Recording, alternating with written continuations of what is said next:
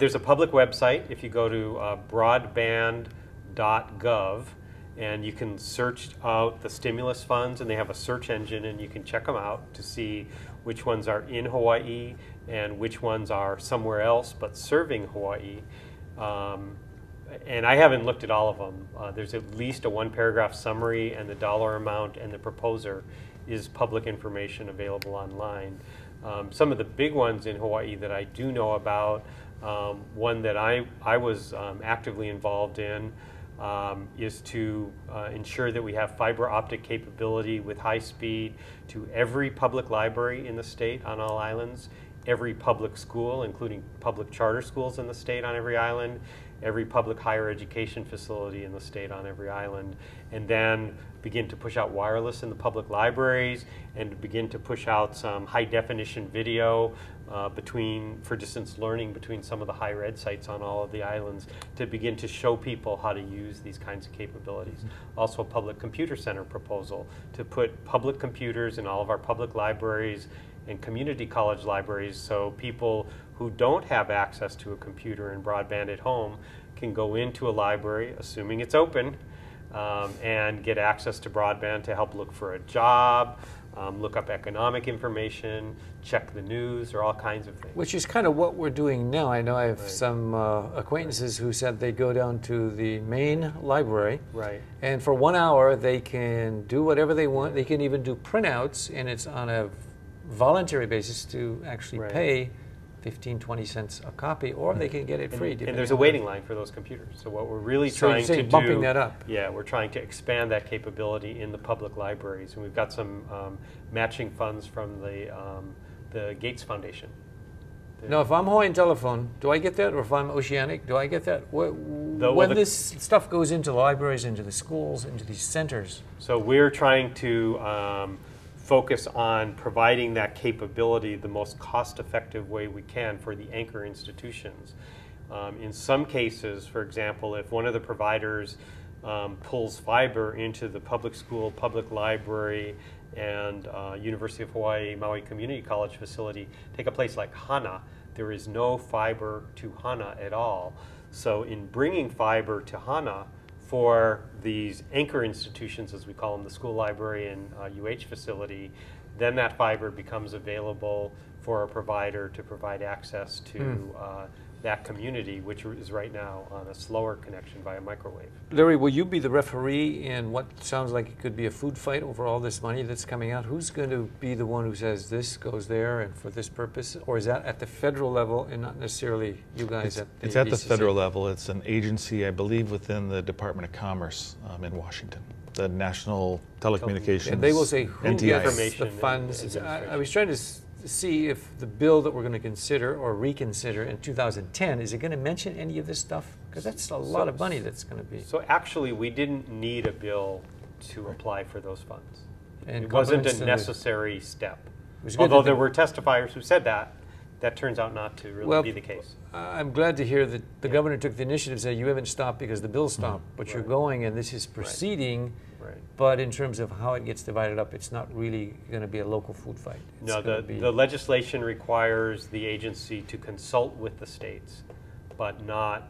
But the final decision is the federal government. So we will not need any legislation in 2010 to.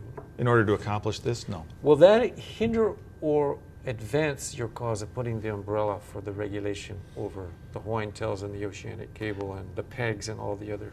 I think we get this money and there's actually more to do. There's more to coordinate. There's more reason for the combined entity to be in existence.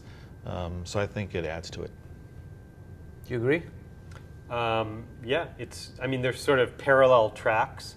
One of them has to do with infrastructure development and the other is policy and regulation.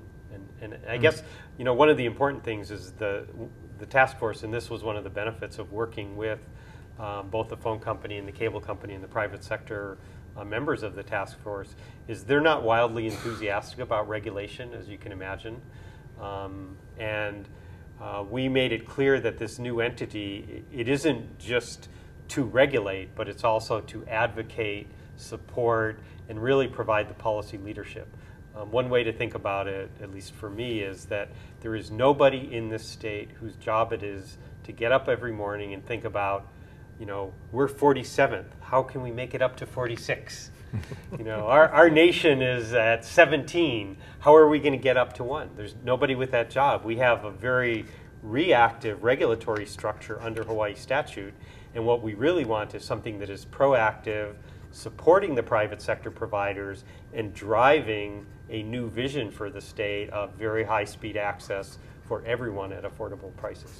So the one who would wake up in the morning would be the commissioner, the czar of the internet, that would be through that legislation. Yeah, so in Larry's office. I think you should be careful with that language that there's no czar of the internet.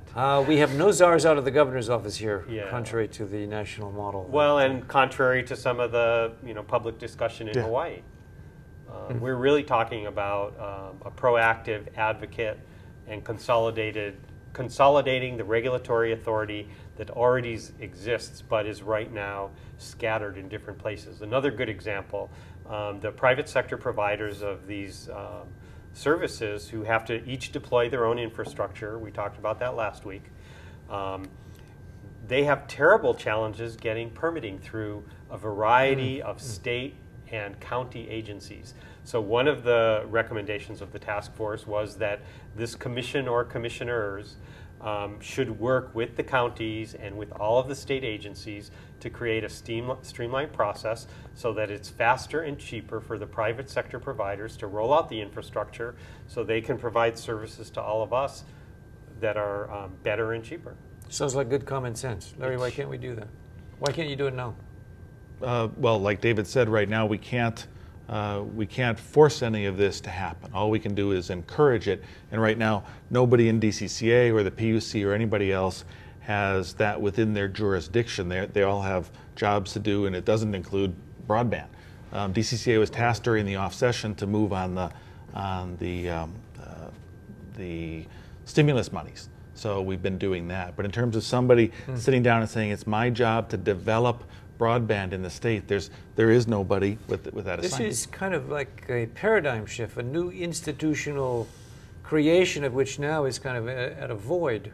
Right. Even though I like the one area where you said it's not really been regulated, it has to be overseen and guided. Right. Otherwise, we're going to be left so far behind.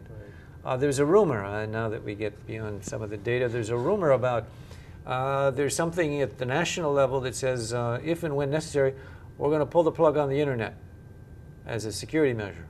Is there anything that we can do? Can you pull the plug on the internet in Hawaii? How big of a regulator are you? Can't do anything, can't pull a plug on the internet, no. You heard of something about the Obama administration was going to do sort of internet controls where in points of emergency you could pull the plug. I mean, I don't know how that would be done. Really, yeah, that's right. I was just going to say there's really no way you can pull the plug on the internet. It's highly distributed. It's sort of like a spider web. You could perturb it in one place, but you have countries that try. Yeah, we have countries that try and they don't really succeed. Or for a short period of time. Yeah. Or they block, as China did with some of its pre-Olympic stuff. And there are people who find their way around most of those. They call it the Great Firewall of China.